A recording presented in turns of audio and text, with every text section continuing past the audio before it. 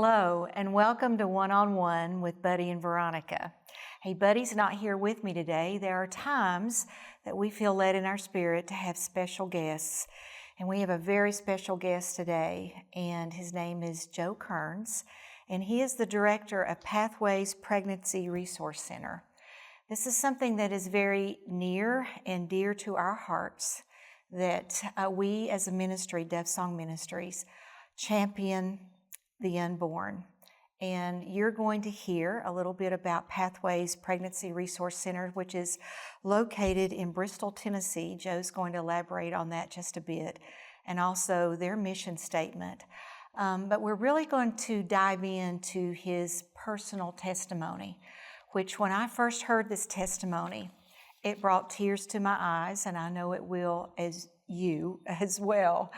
And you're going to see how God has orchestrated lives and how God has orchestrated this very time and season for Joe. But let me tell you a little bit about Pathways Pregnancy Resource Center. It's their mission that they offer God-centered choices to women and to families. And with God's guidance, this is a very difficult time and season for many women who find themselves with what we call an unwanted pregnancy. But we know that children are a gift and ordained of God. But this is a wonderful facility where women can have pregnancy testing, that they can have ultrasounds, that they can have coaching, that they can have education. And then even after children are born, they provide clothing, they provide resources. And it's just, I've had the privilege of touring this facility, and it's a wonderful facility that's so very needed, not just in our area, but for other areas across the nation. And Joe is the director of this resource center, and we're just so very pleased to have him, and he's going to elaborate a little bit about Pathways. Joe, welcome to One-on-One, and I know it's not Buddy and Veronica, but today it is Joe and Veronica. So welcome, and tell us a little bit about Pathways and you being the director there and what you're seeing. Pathways has actually been in Bristol since the mid-1980s. A group of believers, they really found that need to be formed, an organization that gave an alternative to abortion, since that was one of the main things that were driving women to come to Bristol, was to find a place to take the life of their children. And I think it was so great that these people had the faith to really step out and do this. And I've been involved with the ministry now going on 13 years, and just seen really God just open doors to us with a new facility. As you said, we're able to do the ultrasounds now. And just today, I believe 2 lives were touched with an ultrasound and pregnancy test of us being able to be there. When you say that, it just, I just got chills, and I know that you did as well, that when young women come in and they can actually see an ultrasound, this is not a clump of cells, this is a baby. And when they can see their baby, and it can maybe change their hearts and their minds, because the enemy comes in with a lie to tell them that this child is going to make such a difference in their lives, or they can't fulfill their lives. But when they can see this child or even hear the heartbeat, then we're saving lives. Yes. And you are saving lives. And when you said that a coalition came together of believers, of people who believe that life begins at conception, and that's when the Spirit of God comes into a life, and that we can save lives, and that's what you're doing. And we understand in Bristol, Tennessee, that it is illegal now to have the abortion, but just across the state line is the state of Virginia, and that's where they are going to abort their babies. That is correct. And that was one of the things when we moved to the new location.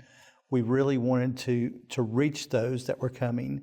And when Roe was overturned and they moved to the Virginia side, they're as close to us, or not even closer, but they're just right across that state line in Virginia right now. And unfortunately, Virginia does not see the same as many states, and they I think that's just going to continue to grow, and I think that's why the Lord is allowing us to grow beyond what we're doing now, and still being able to, as you said, the heartbeat is one of the main things. Once that woman can hear the heartbeat and see that child move, that is a lifesaver and a life changer for her. So yes, and being a mother myself, and knowing when God created us to be mothers, and when you hear the heart and see this unborn child, it moves your heart, and you're saying, God can give me the strength to do this. And also adoption services. Oh, absolutely. So that's so very important. And we're going to get back to pathways, and that's very close to our hearts. But something else that really touched my heart was Joe's testimony. And Joe, several years ago, probably 16 years ago, you found the love of your life, 16, 15, somewhere along there. Little longer than that. And you married Heather, and you all met in church, and I knew that you all were ministering together, and you've been involved with ministries for so many years. But 3 years into your marriage, you found out that Heather was diagnosed with cancer, and a very rare form of cancer. And I know that was so very devastating, but take us back there and explain to us exactly what happened, and then what happened about 2 days before she started to take chemotherapy. Yes, it was through some blood work and a regular doctor's visit that this was found, and it was a head and neck cancer, and it already was advanced to stage 3. So in our first initial appointment, we went to Vanderbilt, and one of the top institutes in our area, and it was not a good prognosis. They wanted to do a very rigorous surgery, and through the surgery, maybe a 50-50 chance to live through the surgery. And then over an extended time period of 5 years, less than a 20% chance survival rate. And Heather didn't have any indication whatsoever, just went in for a routine exam, and then you guys, 3 years into your marriage, just get devastating news. Yes. How did that feel, Joe? Oh, there was definitely a spirit of fear at that point in time, and concern just for my wife, because she was just distraught with hearing these news that here she is, 29 years old, and the word cancer just puts the spirit of fear in many people in. So at that point in time, I wanted to do whatever I could to keep her here. Yes. And when you say rigorous surgery, when you explained it to me, and for our viewers at home, when Joe, you started describing to me what Vanderbilt, Johns Hopkins, and even MD Anderson, I mean, these are 3 top hospitals and oncology departments in the world, that they all basically said the same, that it was devastating, that they were going to have to break her jaw and go into her. I mean, you're hearing all of this, and you're thinking, how do you survive? You talking about a storm, talking about a very difficult time. Was there a time that you just looked up to heaven and you're saying, God, why us? Oh, definitely. And I look back at that now, and I can see it was only me leaning into Christ. And Heather too, I've got some of her journals of daily how she was just pleading and asking, God to give her relief from the pain and mercy through this time. And at the middle of it, when the doctors were saying I had a 20% chance to keep my wife here, I was wanting her to do the surgery. Of course. I was wanting her to do the chemo and radiation, but she didn't ever have a peace about the surgery. And, my pastor at the time, I think I told you, we were out on visitation one night, and he said, Joe, you need to just love her through this time. And I look back at that now, and just the wisdom, those small words were so much wisdom. And, at that point in time, I just wanted Heather to just, really be healed. I mean, Yes. the most sane. But I backed off on pushing with the surgery because that was something, and he said a very key thing, if she was to go into the operating room and to die on that table, that would be upon me of pushing her into it. Or if she was to live through it and to go to look in the mirror and see those scars and the trach tube and feeding tube, she would live with resentment toward me. And we went back to Vanderbilt for a pre-op type thing, and that was a 2-day long appointments. And really through that, Veronica, it was very tragic, to know the surgery that they were going to do, and the prognosis got even less at that point. And so she decided that she was not going to do the surgery. She was just going to go through the chemo and radiation. Right. So you'd already gotten this devastating.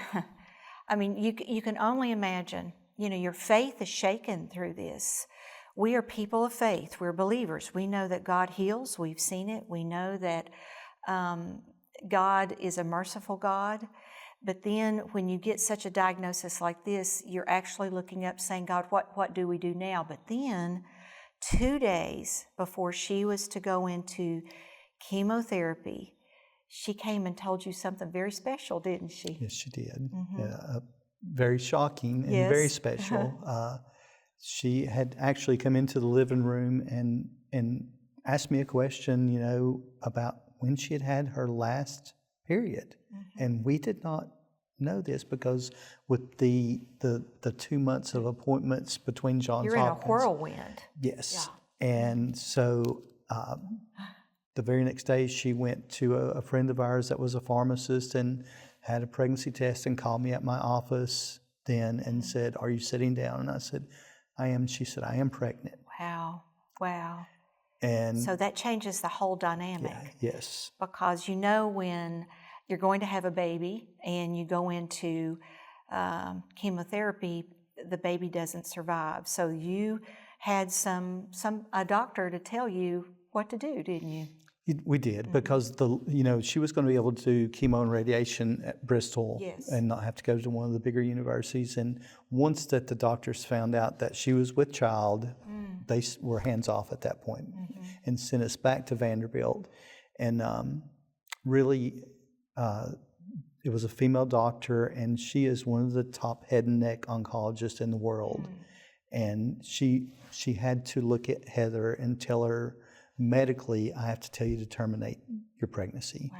Because at that point in time, the hormones her body were going to be putting off to feed the child was going to be feeding the cancer as well. And she said, "You will not live to carry this child to term." So really the decision that was posed to you and Heather was to terminate the pregnancy, to abort your baby. And what was Heather's answer? Could I read you something right here? You can. I found this in her Bible the day after she had passed away. I'd not ever read this, and it says, "My cancer battle, dear God, I know you can get me through this. You will give me the testimony I've never had, and through your teachings, I might be able to tell my story, and a baby's life could be saved. I know you say a baby. Why just one? Why not thousands or millions? Well, I hope to help save a large amount of babies and their parents, but if I could only reach one mother and convince her to keep her baby when a doctor tells you to terminate your pregnancy, you only have 2 to 3 months to live. That's not your only option. Trust God. Listen to Him in your heart. There probably won't be a vision come to you in the sky and no burning bush for His face for you to see. But He gave us a soul, and I firmly believe that He speaks to us through our heart and our soul." And the last 4 words she wrote right there was, "Anyway, that's not all." Oh, that's not all. That's not all. That sounds like a book, doesn't it, Joe? A book, That's Not All. What a powerful testimony that she had. That's not all. That she was willing to give her life for her unborn child. Yes. And there will be some pictures that we're showing for our viewers, for your beautiful Heather. And also, she decided not to do chemo and to keep your baby. And she carried your baby boy to full term and delivered him and decided, of course, you can't do chemo, but to save the life of your child. Yes. So here you are also, Joe, with a dilemma. You're like, God, this is my wife. You're fairly newlyweds, only yes. been married 3 years, knowing the prognosis and knowing what she's going through. But today, we are telling Heather's testimony as well, that she was willing to give her life to save her child. So even against the wishes of her doctor to terminate your son, to try to save her life, she said, no, I am going to trust God through this. And you know, many of our viewers are watching today, and we know that there's insurmountable things that you're going through, decisions that you are making. But Heather's heart's cry, even today, is that if she could save not just her child, but other children with her testimony, that she is willing to do that. And you know, her testimony lives on through you, Joe. The testimony that we're going to trust God even when I don't understand, even when I have to go through pain, even when I have to go through loss. I'm going to trust God through this. What an inspiration she is to all of us. Yes. So the good thing is that she had a healthy baby boy by the name of Heath. Yes, we named him after his mother. Yes. And then Heath was born, and then after Heath was born, she did decide to go on through chemotherapy. And so tell us a little bit about that. That was a very hard time because she was able to actually do radiation treatments while pregnant. We'd had to go to a different hospital out in St. Louis, and they were able to write the orders for her to do radiation treatments while pregnant, and basically they just put her in a mask that held her there and to isolate the radiation and put a big lead apron over her to protect our child. And she went through 42 of those while pregnant. Wow. And my brother and his wife were expecting their first, and I look back at some of those pictures, and even through those times of radiation, you couldn't tell that she was really sick. I mean, God just really kept her going through that time. Amazing. And after Heath was born, about 2 weeks, she started the chemo treatments. And at that point in time, the cancer had moved to stage 4. Yes. And it was very rigorous treatments, and a lot of her days were spent in pain and in the hospital through that time. But, when you talk about the sacrifice, I mean, what greater example of what our Lord has done for us than to sacrifice oneself for a life. Yes, and that's what you held on to, wasn't it, Joe? Absolutely. Because you had been in ministry, and you told others about the love of Jesus, and now you're seeing your wife basically following the pattern of Jesus. Absolutely.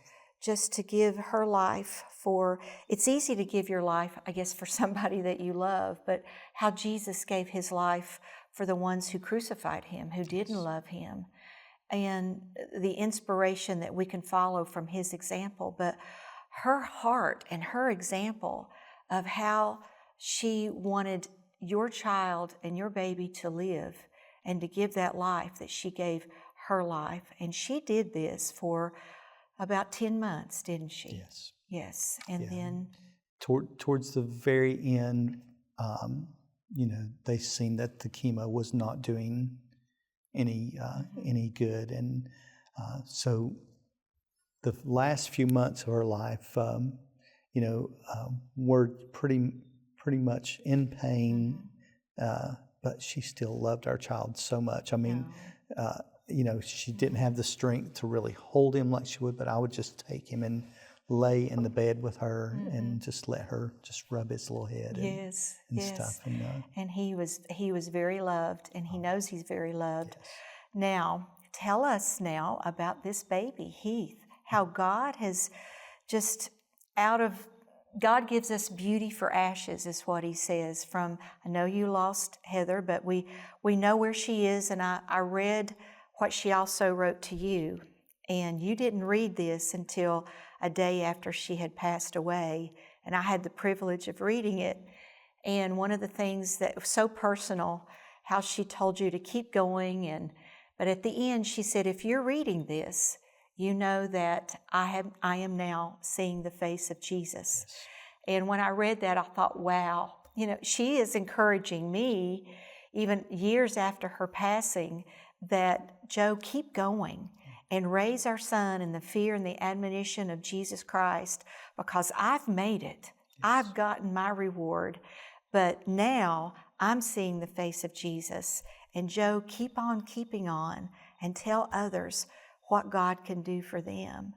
But I know that you have raised a wonderful son, and tell us a little bit about Heath. Oh, he's now. Now you're smiling. You're a proud papa now. Yes, I am. He's now 15 years old. Will be 16 in May, and just watching him grow and just seeing the platform that the Lord has sort of building for this child. He's grown to be a track phenom, I guess, almost. Well, tell us about that. So he is a runner. A jumper, yes. He does a little bit of everything. And so the past 2 years, he's actually made it to the Junior Olympics. That's incredible. Yeah, and as I was sharing with Buddy earlier today, I hope that he can continue on this, and then one day with the platform that the Lord has given him, that he can stand and say, I am here because of the courage and the faith that my mother had to be that self-sacrifice to give me life, and that will reach others then too. So yes, he's part of the testimony. Absolutely. He is the gift that God has given you. When God always gives us joy after the sorrow, and I know that he has been your joy, and there's more joy to come. And restoration, that's what God does. But now, circle back around. You never dreamed that you would be the director of Pathways Pregnancy Resource Center after your wife basically gave her life so that she would not terminate this pregnancy, to have your wonderful son. And now how God has orchestrated you to be the director of Pathways. Tell us about that. Yeah, that is truly amazing because, before I was in more of a corporate environment when Heather was found with the cancer, and, it was very much a struggle because between work and being there for my wife and being there for my child. And then after that, it came a time that I just, when Heather passed, I knew that I could not continue doing the job that I was doing because it was such a demand. And I took a step of faith and I just said, I'm going to pursue something else. Yeah. And at that point in time, Veronica, I did not know what it was. Honestly, that's faith. It was, but I knew yes. I knew that Heather didn't sacrifice her life to get our child here for me to be an absentee dad and his mother and father both be gone. So I stayed with him for probably a year, and then I started seeking out other jobs and didn't really know where it was going to lead to.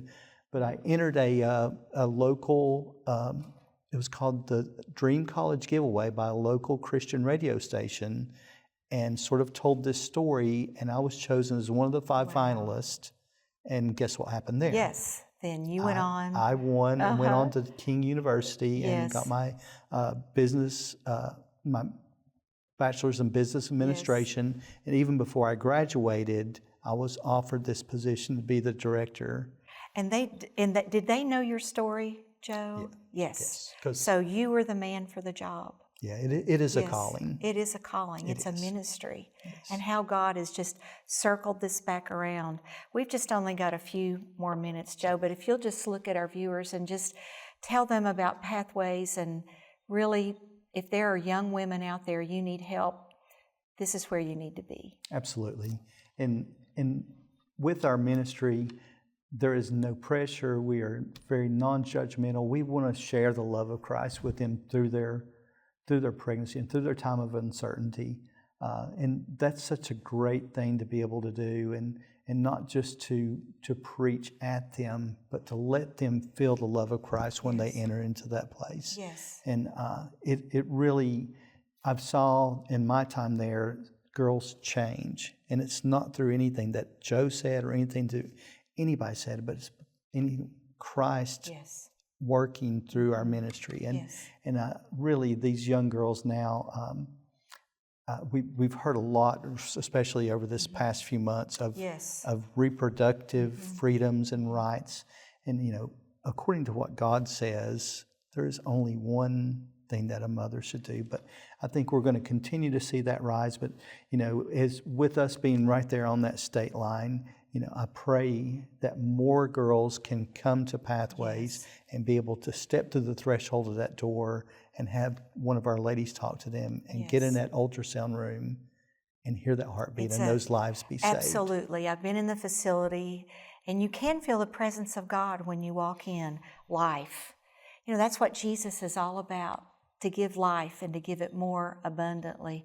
Joe, I just thank you so much for sharing your testimony. I know that it's a very intimate testimony, but God's going to use it for His glory. And we want to also let our viewers know that if you know a young lady who needs assistance, please, there's going to be information on the screen about Pathways. If you need to have more information, just contact us. It's a wonderful facility.